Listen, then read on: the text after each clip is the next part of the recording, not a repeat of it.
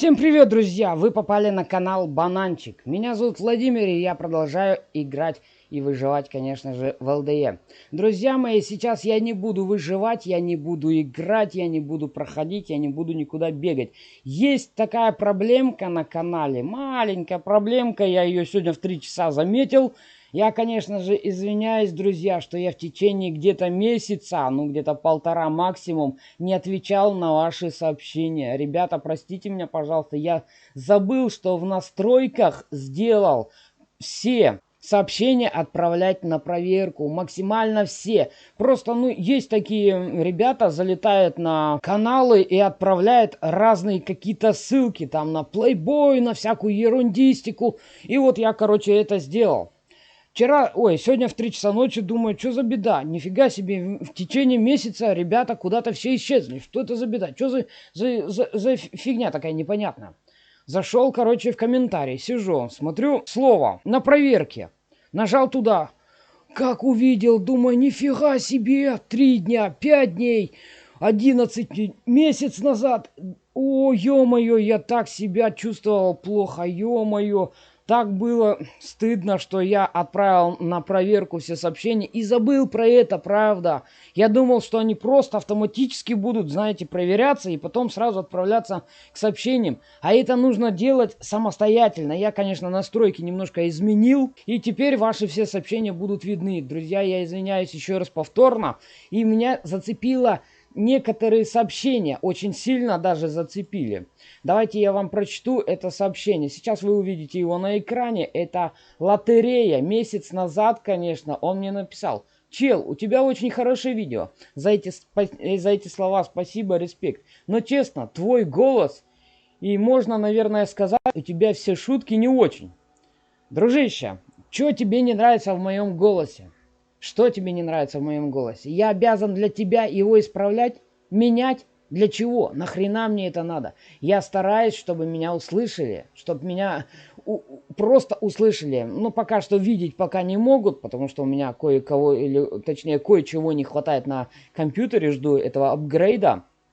Да и многие из подписчиков также, наверное, со мной вместе ждут этого апгрейда. Апгрейд пройдет, друзья, я сделаю стримчанский. Но я сейчас не об этом.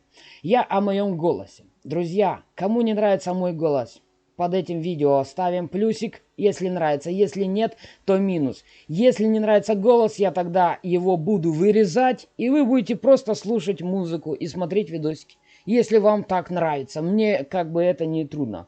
Вот так вот. Я не знаю, что это за залетчик, если тебе не нравятся мои шутки.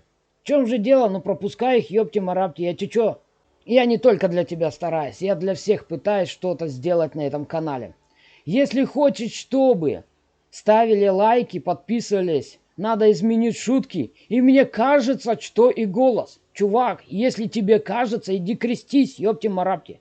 Понял? Не надо мне нафиг тут говорить, что тебе не нравится мой голос. Если не нравится, есть слово «отписаться», «отпишите». Иди другим, вот там молись. Я не буду менять голос. Если шутки также не нравятся, пропускай. Понял? Не надо мне сейчас говорить, что мне надо сделать на этом канале. Это мой канал. И здесь мои правила. Что хочу, то ворочу. Вот так вот. Все, давайте. Еще одно такое, друзья, от любого из вас. Вот такое сообщение будет по поводу моего голоса. Друзья, я реально обижусь. Реально обижусь. Не надо мне такое писать, правда. Но это очень сильно обидно. Твой голос, твой голос. Не нравится, не слушай, ёпти-марапти. Иди лесом, да и все. Вот так я тебе скажу. Не хочу бомбить, не хочу ругаться матом. Конечно, меня это очень сильно взбесило. Сегодня в 3 часа ночи я это читал. Я, правда, сначала не понял. С этим человеком я разобрался. Также у меня есть еще один человечек по поводу огнестрела. Сейчас я объясню, кто такой. Это тоже так же, но это было неделю назад. Сейчас вы видите этот комментарий на экранах. Играви. Не знаю, никнейм такой интересный у тебя. Сделай видео, где найти огнестрел. Пожалуйста. Дорогой мой друг, конечно, ради бога я тебе покажу пока что устно. Если ты не поймешь, я сделаю видосик ровно по этой теме. Хорошо? Согласен? Готов? Поехали.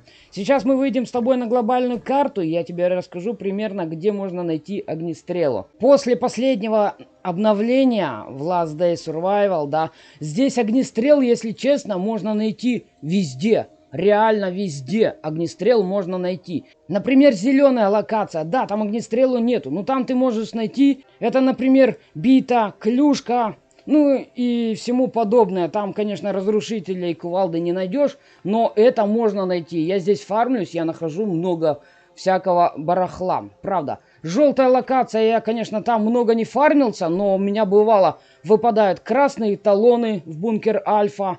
Выпадает иногда также, конечно же, огнестрел. Тут недавно выпал дробовик, так я, о, нифига себе, первый раз такое было. Огнестрел не часто, но бывает. Вот в красной локации, дружище, там максимум в одном сундуке ты не только найдешь огнестрел, также ты можешь найти талоны. Талоны в бункер Альфа, это по протоколу ты можешь найти также огнестрел. Оружие ближнего боя ты можешь найти, мачете, ну и все остальное также. Можешь все найти в этой красной локации. Там много всего. Самое главное в фарме бункер Альфа. В бункере Альфа ты стабильно найдешь от одного огнестрела до 8-7 огнестрелов ты можешь забрать с бункера Альфа, если ты будешь полностью его чистить. Я чищу второй полностью этаж и третий полностью этаж. Четвертый этаж я чищу, когда у меня рейдеры это просят. Все. Я четвертый этаж не хожу, потому что туда, ну, мне, по крайней мере, пока что мне нужен огнестрел. Без огнестрела я туда хожу только сливать, если бронь. Там, правда, ну, по крайней мере, мне пока что тяжело. Вот так вот. Если что, чисти бункер Альфа. Там очень много огнестрела. Давай посмотрим ПО. В ПУ, также, дружище, в ПУ, в полицейском участке ты можешь найти огнестрел. Но если у тебя есть взломщик, вы умеете взламывать очень сложные замки. Если у тебя есть, по-моему, первый или второй взломщик, если есть, да, то ты сможешь там в полицейском участке открыть дверь, где находится огнестрел. Правда, ты там его сможешь найти. Там, конечно, он не часто попадается, но он там есть. Так что в полицейском участке можно найти. Также за карты. Открываешь сундуки за простые карты. Там, по-моему, падает только оружие ближнего легкого боя. Это клюшка, бита, да, там бывает бита там с гвоздями, вот эта деревянная палка. Вот. Если ты открываешь за зеленый, там у тебя уже выпадет огнестрельчик. За зеленые ты получишь огнестрел. За синие ты получишь огнестрел, модификацию. Кстати, зеленый тоже модификация выпадает. Синяя... Нет. Серая... Так, за серую карту ты получаешь серую модификацию, за зеленую зеленую, за синюю синюю, а за фиолетовую ты получаешь фиолетовую. Но, конечно, фиолетовую я открывал только 6 раз. Это максимум, у меня просто было только 6 карт. Сейчас я опять делаю сборочку этих инспектор карт. Я просто немножко позабываю, как они называются. Не все сразу запомнишь. Вот. Некоторые я записываю, конечно, чтобы полностью запомнить. Но я отошел от темы. В полицейском участке можно нафармить, но если стоять только волны. Максимум 20 волн ты получишь, ну, плюс-минус 2 синие карты, кучу зеленых и миллион серых. Вот так вот. Ты получишь очень много. Ну и можешь пооткрывать как раз сундуки, которые тебе дадут огнестрел. Давай также мы продолжим дальше. Где можно еще найти? Можно найти, конечно же, это в старой ферме. Не убивая никого. Посередине пробежаться, если честно, пробежаться посередине. Поубивать там зомбика, дикого гиганта зомбика, мимо пробежать разрушителя. Убить около дому 3 зомбака. Убить в доме 2 зомбака. И если у тебя есть также взломщик уровень 2, ты можешь открыть дверь и там найти огнестрел. Вот я вчера ходил, я нашел огнестрел. Даже не 1, а 2. Это глок и целая МК. Правда, я нашел их там, вот здесь, в этой старой ферме. Можно также... Так, огнестрела здесь, а у нас в мотеле огнестрела нет. Но здесь есть, конечно же, гранаты. В фарме гранаты, они тебе пригодятся.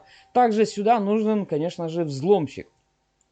Бункер Браво, дружище, я тебе ничего не расскажу, так как я там еще пока что не был. Я двигатель поставил, я, конечно же... Я собрал 2 станка и уже полностью готов, но мне для этого нужно 10 конечно, эмок. Ну и мы в скором времени сходим, сбегаем туда. Конечно, сбегаем. Бункер Браво у меня, конечно, ждет. Также, где можно огнестрел найти, дружище? Вот здесь, в порту. Знаю, в лабораторию, если честно, да, вот если честно, я боялся все время его заходить, проходить. Я проходил только вместе с вами. Вот помните, когда я первый раз проходил? Вот это было первый раз. Второе, сектор А2 я проходил. Там я помирал все время, но тут, когда вышло обновление, у меня получилось даже босса убить. Знаю, что я от темы отошел, но ничего страшного. Так что, если в порту ты не можешь зачистить лабораторию, зачищай стоки. Они очень легкие, там можно даже без огнестрела это все пройти. Просто немножко побольше бинтиков возьми. Но там, конечно, не найдешь огнестрела. Не найдешь. Там только в топовом ящике, там можно найти фильтр, насос, ну и такое понемножку барахлишка. Если, конечно, наверх будешь залазить, будь поосторожней. Огнестрел нужен тебе со стабильностью хорошей. Так что гуманитарный груз бери, не пропускай. Если есть гуманитарный груз, бери. Лучше, если энергии не хватает, хотя энергии сейчас должно быть хватать всем. Потому что разработчики у нас теперь поставили так, что лекарь у нас приходит на целый час. И когда вот ты возьмешь лекаря, он придет еще раз тебе через, по-моему, 25 минут, полчаса, ну максимум полчаса он тебе придет. За эти полчаса ты можешь энергии, ну там везде побегать, там, да, прибежишь домой, у тебя еще около 30-40 будет энергии. Если не попадается, бери, кушай мяско. Мяско тоже хорошо дает.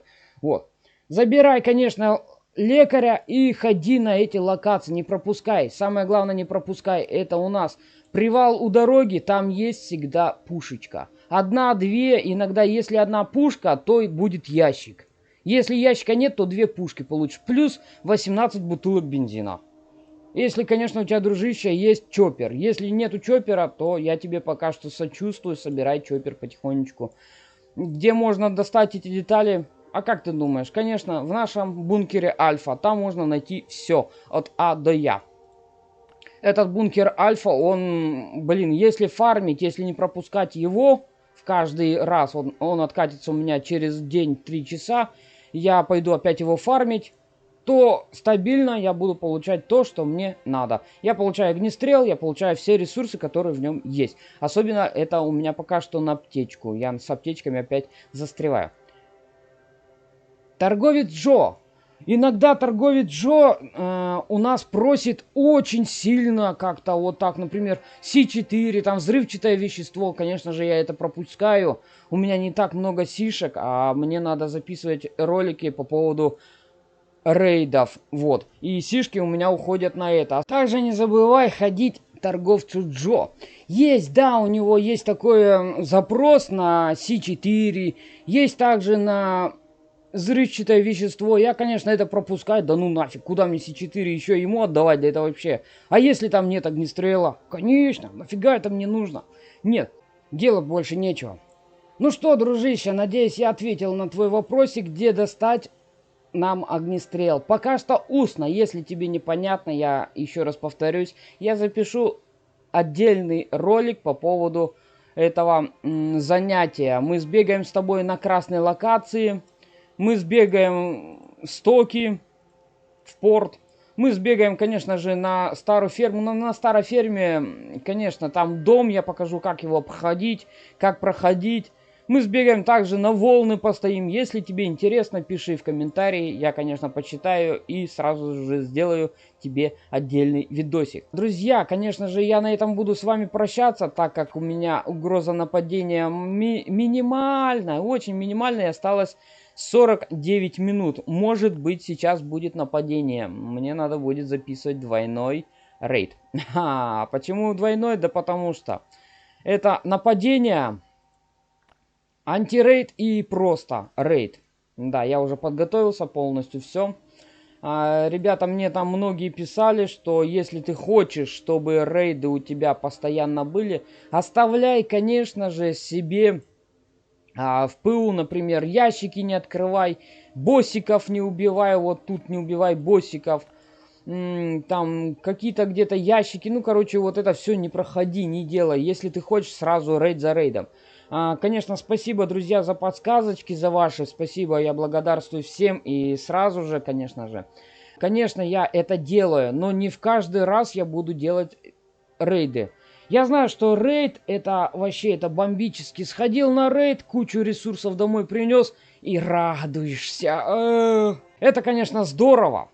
Но все-таки от рейдов надо отвыкать, потому что у нас скоро 16-й сезон. Я уже ждусь, не дождусь этого 16-го сезона. Там, конечно, говорилось многое, очень многое говорилось об этом. Я много читаю пока что, но я не буду вам рассказывать об этом. Вы и так и без меня это все можете добиться, прочитать. Есть паблики ВКонтакте, можете там почитать. Ладно, на этом я буду заканчивать это видео. Кому понравилось, ставим пальчик вверх, подписываемся на канал и оставляем свои комментарии. И чтобы не пропускать мои новые видосики, прожмякайте колокольчик. И на сегодня всем пока-пока!